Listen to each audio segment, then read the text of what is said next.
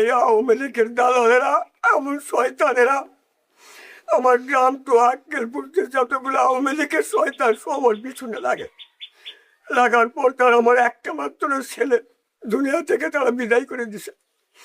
শুধু আক্কেলপুর থেকে অবসর এবং রাইকালি থেকে বেলাল, আর 1 নম্বরই হচ্ছে আমার গ্রাম থেকে সেলিম, বাবলু মাস্টার, রজুল, আরও আওয়ামী লীগের অনেক দালালেরা শুধু ওর পিছনেই লাগে। যদি বলেছি ধরা ফেললে ওকে হয় এক্সপায়ার করবেন, নাহলে হাত পা ভেঙে দিবেন। এমনকি ওই দেশের ক্ষতি করেছে, বা এমনকি বিএনপিতে আমি ওই কি কার অন্যায় করেনি।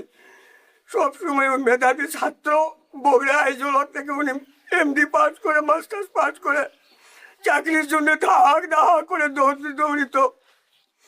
আমার একটাই মাত্র ছেলে, আমার ছেলে বুক, আমার ছেলে বাবা বুক আমাদের ক্যারি করেছে। আমরা শুধু বিচারের মাধ্যমে গেছিলাম, কিন্তু আওয়ামী লীগের টাইমে আমাদের বিচার বা আমাদের দেখার মতো কোনো লিগ ছিল না। শুধু বিএনপির নেতারা জয়পুরহাট আক্কেলপুর থেকে আমার কাছে আসছে, সান্ত্বনা দিতে, এবং ঈদেও আমাদের বোনাস দেয়। শুধু 3000 4000 টাকা করে ঈদ করার জন্য আমরা নিছি, আমরা কোনো করিনি। আমাদের কেস করার জন্য অনেকে বলেছে।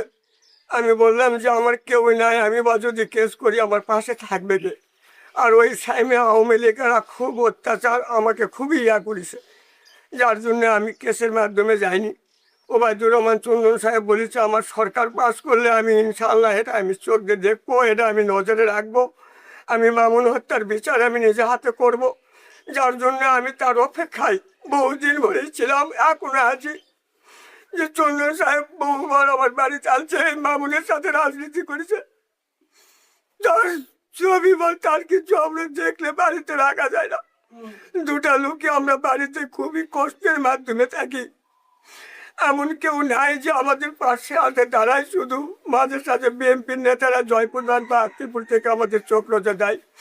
ঢাকা তো আমাকে একবার ডাকি চলে এসবি সাহেবের সাথে আমি কথা বলেছি, সেখানে দেখা করে আসছি। গুলশানে সেখানে দেখা করেছি, প্রেস ক্লাবে আমানুল্লাহ মানুষ সাহেবের সাথে আমি দেখা করেছি, তাদের সাথে আমি কথা বলে আসছি। আমার তো কোনো বিচার বা আমার কোনো কিছুই হলো না।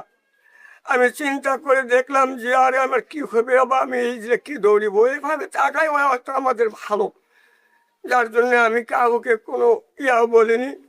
তবে আইকালের নেতা কর্মীরা আমার উপর চোখ নজর দেয়, যে অ্যাকশন করে আমরা এভাবে থাকি।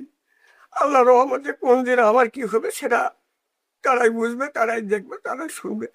এটা আমার তাদের উপরই বিচার ছাড়ে দিলাম।